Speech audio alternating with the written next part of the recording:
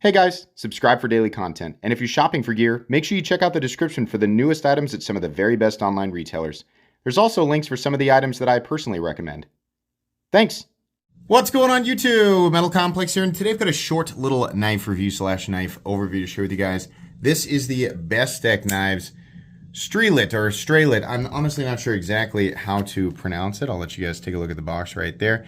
This is available, and it is a budget knife. This is actually the budget version of this knife. They have a more expensive one, but honestly, if you're interested in picking this up, I would just go for the less expensive. This is way less expensive. I think these come in at about $65, and I will link them right down below so you guys can check them out. They do come in a few different flavors. Different G10, stuff like that, so you guys can check them out if you want to see the different colors. Thanks so much to Bestech for sending this in for me to take a look at. Thanks so much to my patrons for supporting me, and please make sure to follow me on Instagram at metal_complex.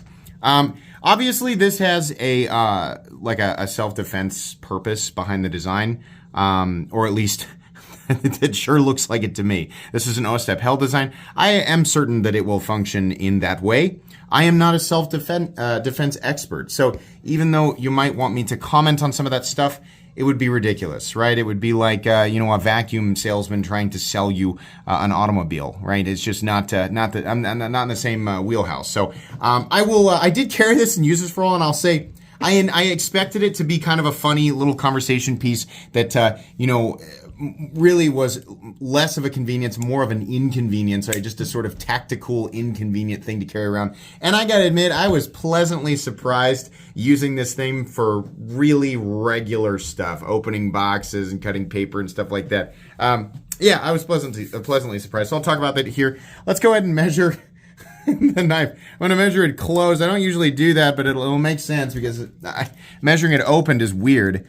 The overall closed length of the knife is something like 3¼ inches because you have to technically go all the way out to the furthest point that the flipper tab extends.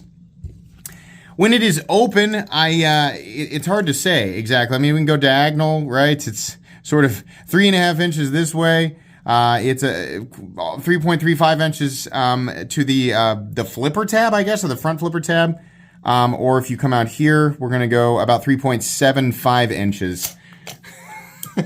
It's the actual blade length, right, is, I'm giving those so that you guys have an idea of how much space it's going to occupy when it is out, which is a weird thing to measure because it's shaped like a tiny reaper scythe, right?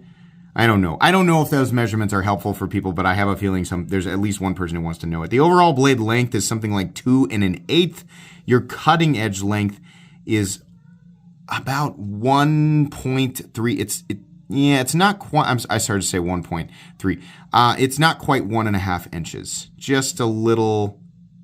Yeah, it's about 1.35 inches, something like that. Okay. Let's go ahead and do some size comparisons. How should we do it? Like this? Like this? I don't really know. You know what? I'm going to do it like this, and then we'll do the size comparisons one at a time right down below. Here it is up against the Spyderco Para 3. Here it is up against the Ontario Rat Model 2. Here it is up against the Demco 80 20.5. Here it is up against the Benchmade Bug Out. I don't know that there's really a whole lot more, right? This is an odd thing to do a size comparison with. What do I have in here that's a normal sized object? Here it is up against a quarter. Do I have a AAA battery? Here, I'll take the battery out of this flashlight so you guys can put it up against a AAA. There you go. I don't know if this is helpful. This is not an object that I normally am reviewing, right? Anyways, let's go ahead and measure carry profile. So thickness up against the Spyderco Para 3, it's honestly about the same. Excuse me. It's honestly about the same, right? The carry profile as it's folded up, honestly, as awkward as it is, I mean, as like a shape, as a geometric shape, it is very awkward. Carry profile up against the PM2 and Para 3. This honestly carries, I mean, it's a pretty compact object. It's not an object that is cumbersome in any way, shape, or form. It was actually pretty easy. It's a weird shaped, small, angry, tactical banana in your pocket. That's really what it feels like. The pocket clip is a little bit awkward in the hand, but I mean, in and out of the pocket, it really wasn't that big of a deal, right? It was just like I was carrying around a small tool in my pocket. No different than a lot of other knives that I've handled and carried. How's the action on this guy? It works. It's just weird because you don't get the satisfaction of a full flip. My brain is used to this movement with my index finger resulting in a blade that swings out and clicks later, right? I'm not used to feeling just the blade stopping at a 90-degree angle, but that's what it does. But you know what? It works. And while you can, I mean, honestly, the Detent is tuned so well that I don't think you can fail it. I mean, it's going to flip and lock out into this 90-degree angle position, and you can sort of wheel it open like this, or you can even, you know, front flip it or whatever. Honestly, the easiest way to deploy it is just to, like you would any other flipper, you just push down on that and it's deployed, right? So yeah, I guess the disengagement is a little awkward. You don't have much of an opportunity to feel the smooth action that is technically there. It is created by the bearings. But it's such a small space because the detent ball is not up on the face of the blade until here. So this is the only area versus what we normally have. We normally have this whole 180-degree swing where we're feeling the action. You are not feeling that here at all. And honestly, it is absolutely, every sense of the word, this is double clutch, meaning there's no way to disengage it and have it fall to your finger and then turn and have it. It's just not going to do that, right? I had to move it back down off this right here. The ball is trying. That's the ball going over the lip of the blade face. By this point, it's just really, you know, even disengaging the lock bar and trying to get it to come down on my finger. Now it's up against that detent ball. That detent ball is up against that the lip of the blade face now. So this has that double clutch. This is just, and this is a silly thing to nitpick though. On this knife, you're just going to have to disengage the lock bar, move your thumb while you still have your index finger up here, and just push it down into the closed position. Not really that big of a deal. It's honestly substantially less awkward than it looks. I mean, looking at this thing, I was like, that's just going to be like kind of a goofy thing to manipulate. It is a little bit pinchy in here, right? Because there's not really a deeper cutout to access this lock bar, and there's a lot of, you know, the tension on the lock bar, which isn't that crazy, but it's an awkward small space to slip your fingers into, and you're already manipulating something that's not shaped like a traditional pocket knife. So all the senses are thrown off. I would not call this a fidgety knife, but it's also not necessarily a difficult knife to manipulate. It's just kind of weird. I hope that translates correctly. Let's go ahead and do a hardware check. I'll get out my tools as per usual. My tools are very inexpensive and very recommendable. You can find them right down in the section of my description that talks about the tools I use on this channel. I'm going to go ahead and do a T6 here because I'm pretty sure that's what those screws are down here. Yeah, they are T6, and those will double as the pocket clip screws, which they have to be. I mean, like, there's only one space carved out right here for the pocket clip, but I would imagine if you want to mount the pocket clip for left-handed carry, you're just going to have to do it with the clip mounted on top of the G10. Interesting. I'm not sure why they did it that way, but that's the way that they did it. The pivot, however, is AT8, which is fine. This is minimal hardware. It's not a complicated construction. It's a construction we've seen many times. Nested steel liners and a steel liner lock, right? G10, scales, a pivot, bearings, etc. Pretty easy knife to take apart. Not that big of a deal. Let's go ahead and weigh it. What do we say? Like one, well, not very much blade, but I don't know. The thing is not going to weigh very much, right? I don't even know how to, we really want to talk about ratios. It's 1.9 ounces, right? I don't really know that we need to argue too much about whether or not that's too heavy of an object to put in your pocket. It's fine with me. Blade stock thickness, last thing we do before we get into the very short meat and potatoes of the review.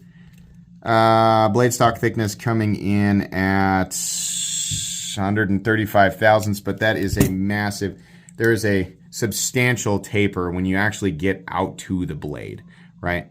Funny enough, the cutting edge is not nearly as thin as you'd think, but anyways, let's go ahead and talk about this thing. So the way that you hold on to this is substantially different than other knives. It's more like a push dagger, right? You know, I really didn't think that this would be convenient to cut with. And I'm not going to say that, listen, if you're waiting for me to say that this knife is more convenient than your, you know, run-of-the-mill EDC folding knife, I'm not gonna. It isn't. But does it work? Well, yeah, actually, it does. and I don't think that this is necessarily something that's going to come as a shock to people, but I feel it's very locked in, right? You're not going to drop this, right? But Metal Complex, how does it work in a tactical scenario? Say I'm attacked by ninja clowns, in the back alley of Walgreens, of course. I like to hang out by the dumpster and just, presumably I'm going to be attacked. So then yeah, you can punch them a million times. Just punch away. You punch those ninja clowns, right? This will puncture them. It will do that. That's as far as my tactical knowledge goes. I have no idea how tactical. I have no idea, right? Do you find yourself in those scenarios a lot? I don't. So I have no way to comment on that. As somebody who is a professional guy who cuts boxes a lot, actually dragging this little raptor talon into, I know I'm not cutting any part of the box that you normally would, but doing a quick precision cut, like, okay, right here is I guess maybe a more typical cut. Cutting along an edge like this, you're pretty locked in. And the only thing that I worry about is it's unnatural. It's kind of a pulling, dragging cut most of the time. I'm not used to that. So I would say if you are anywhere near another person, they should back up like triple the distance they normally do when somebody else is using a tool. Because I think you're much more likely, since so much force is going into that cut, you're much more likely to slip and really cause a nasty accident, right? That's the one thing that I'm worried about, is it's such an unorthodox movement versus what I'm normally doing. It's great, but I'm putting so much force into these cuts. You can see it actually, it has no problem cutting this box up. And the shape of that blade, right? Which is, I would imagine why raptors did so well against things that weren't raptors, right? This thing it will absolutely cut, and it will do those dragging, tearing slices. It'll do that. I'm not going to say it was any easier to cut into a box. I still think that a regular folding knife like the Rat 2, something that a lot of us are accustomed to using, I think is still a more convenient and a safer means of doing simple tasks like that. Was it satisfying to use this? Yes. There was, every time I got an opportunity to get this thing out and cut into something, there is something about holding on to something like this that you are so secure. There's no way you're going to drop this. And dragging that tiny little raptor talon through material, there's something about that was just really, really satisfying. And I was really surprised that I wanted to keep putting this thing back into my pocket. The other thing, this is a great reminder for me and for a lot of people. Obviously, if you have a daily need for a blade that is longer, then this isn't going to work, right? This is the argument that always stamps out people who say, why would you ever need anything more than a utility knife? Because some tasks require a blade that is longer than a utility knife. Done. That's a stupid argument, and there are plenty of examples out there. The vast majority of the time, do we need more than 1 to 2 inches of blade? No, not the vast majority of the time, but there are definitely situations where you might need more. I found that this was, it was just another reminder that, yeah, most of the time I really don't need that much more than this, right? And it'll do it.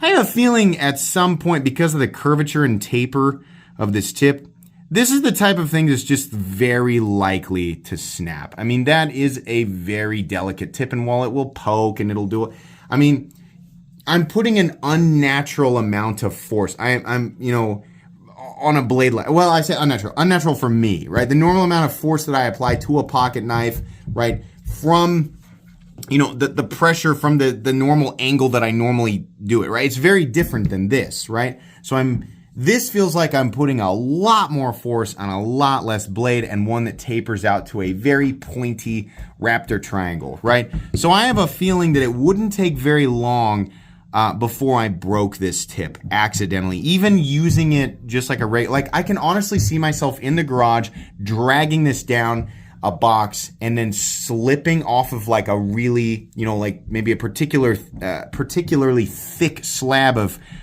cardboard, slipping and accidentally ramming the tip of this blade into the floor of the garage, chipping it or breaking the tip of it completely, right? Which is not necessarily something I'm as likely to do with a regular pocket knife. That's just what I'm thinking about. So I think maybe that might be, and obviously, this blade is already so short, so it's not like you couldn't fix it, but it just becomes an even tinier raptor talon after that. Boy, is it fun though, right? And it is curved correctly to do that. 14C28N, you have a, it's just, I always call it a reverse recurve. It's just a recurve, right? So sharpening it, at least it is consistent and there's not much to sharpen. And 14C28N is a great steel. I think this is a fun alternative to a regular pocket knife. It's not an alternative that offers anything specific. Like, I mean, I honestly think anybody who's going to say this is better than a regular pocket knife, which is not going to be very many people, are really forcing it. They really want it. And I don't think you need to. I think this is one of those knives where it's just like, it's just fun. And it does work. It really does. You know, I coming to that conclusion, I was like, this actually does work. This is a decent thing, right? I mean, if you're just doing simple tasks, right? And it's absolutely a conversation piece. You can also somewhat comfortably have your finger here. And I found that like simple draw cuts were fairly easy to do as long as you actually have a functioning tip, right? But there are a lot of things that a knife like this is just going to be better at. If you have to process a little bit of wood or, I don't know, like honestly, this I think might do better at really thick materials. If you need to make a quick cut into something really thick and dense like rubber and you don't need to make a deep cut, dragging this down a thick piece of rubber might actually do it a lot quicker, right? I would imagine this is designed to like, what? Is it designed to like slice through the thickest denim jacket, right, of your typical 1980s adversary, right? Are you fighting the guys from Double Dragon on regular Nintendo? In this case, it'll make short work of those jean jackets that they're wearing, right? Like, I'm just imagining like a dude in like a really thick jean jacket and he's got nunchucks, right? And he's got really tall hair. That's who this is designed to take out. On a more serious note though, yeah. But I mean, when it comes to processing like a lot of material over a long period of time, no. A knife like this is going to be way better, right? This is just going to eventually just be weird to use. And I think it actually is going to fatigue you because there's just not a lot of blade. This short little blade is going to wear out fairly quickly. So I said short review. We're on 17 minutes now, right? Ergonomically, it is comfortable, satisfying, I think is the word, right? But the pocket clip does create a bit of a hot spot. And I think that's worth paying attention to. On top of that, if you don't know anything about Bestech, their fit and finish is very good. This is typical of Bestech. You're not going to find any issues. It's going to feel exactly like a knife should at this price point and utilizing these materials. We do have a countersunk steel liner lock, which is a nice touch. The G10 looks really, really good. No issues there. We do have a stop pin located on the inside, and it rides on the channel of the blade, or a channel carved into the blade, which is nice. The detent feels good. Lockout also feels good. If you're worried about this thing disengaging while you're cutting, right, kind of with an unnatural or not an orthodox angle or amount of pressure for a knife that is this size, your finger is keeping. I mean, like. This thing, if it does disengage, your finger is going to stop that. You are so deep into this choil area, there's just no way. But I don't feel like this thing's going to disengage. Honestly, it feels pretty darn strong, and I'll give it a little taparoo here on the old wood block. Yeah, I think it's just fine. Any more force than what I just put on it, which I think is already overkill, and you are intentionally doing something stupid with this knife and you know it, right? That's just what's happening here. So, rest of the knife looks good. Centering is spot on, and there's no detent lash or anything. There's no wiggle in the lockout position. Obviously, something like this I think would be more dependable as a fixed blade, but then again, you have to carry around a weird triangle-shaped bat scythe thing in your, that's a weird thing, you know? So I'm going to chalk this up to not something that I'm going to readily recommend to everybody, but it is cool. $65 doesn't really bother me all that much. I mean, there are more competitive options if you want to reduce it just to materials, which is obviously a silly thing in this case. This knife is way more than just the materials used to create it. But for $65, I think it might be worth it for some people who are just bored with your traditional knife-shaped knives and you want something fun. I'll tell you, it really is. If you decide to go ahead and grab this, you know, grabbing it the way that you're supposed to and dragging it through a thick piece of material, I don't know what it is. It's just really, really satisfying. Not a knife I'm going to say everybody should run out and buy it. I will put it in my cheap knives I like playlist because, you know, on this channel, a budget knife is under $75. And this coming in at 65 is obviously under 75 bucks, and I like it. Not breaking any records or doing anything. It's not the most innovative, holy crap, I've never seen this before kind of thing, but it's fun and it works. So that's worth something. Anyways, I think that's going to be pretty much it. Like I said, this will be linked down below. Please make sure to follow me on Instagram at metal_complex. If you enjoyed this video, leave a like. If you'd like to check out my other content, I do, of course, have lots of videos of knives that are either expensive or inexpensive that I do or don't like, so check those out. And if you enjoy all my content, go ahead and click on that Metal Complex logo right there and subscribe because there's definitely more coming. Thanks again for watching, everybody, and have a great day.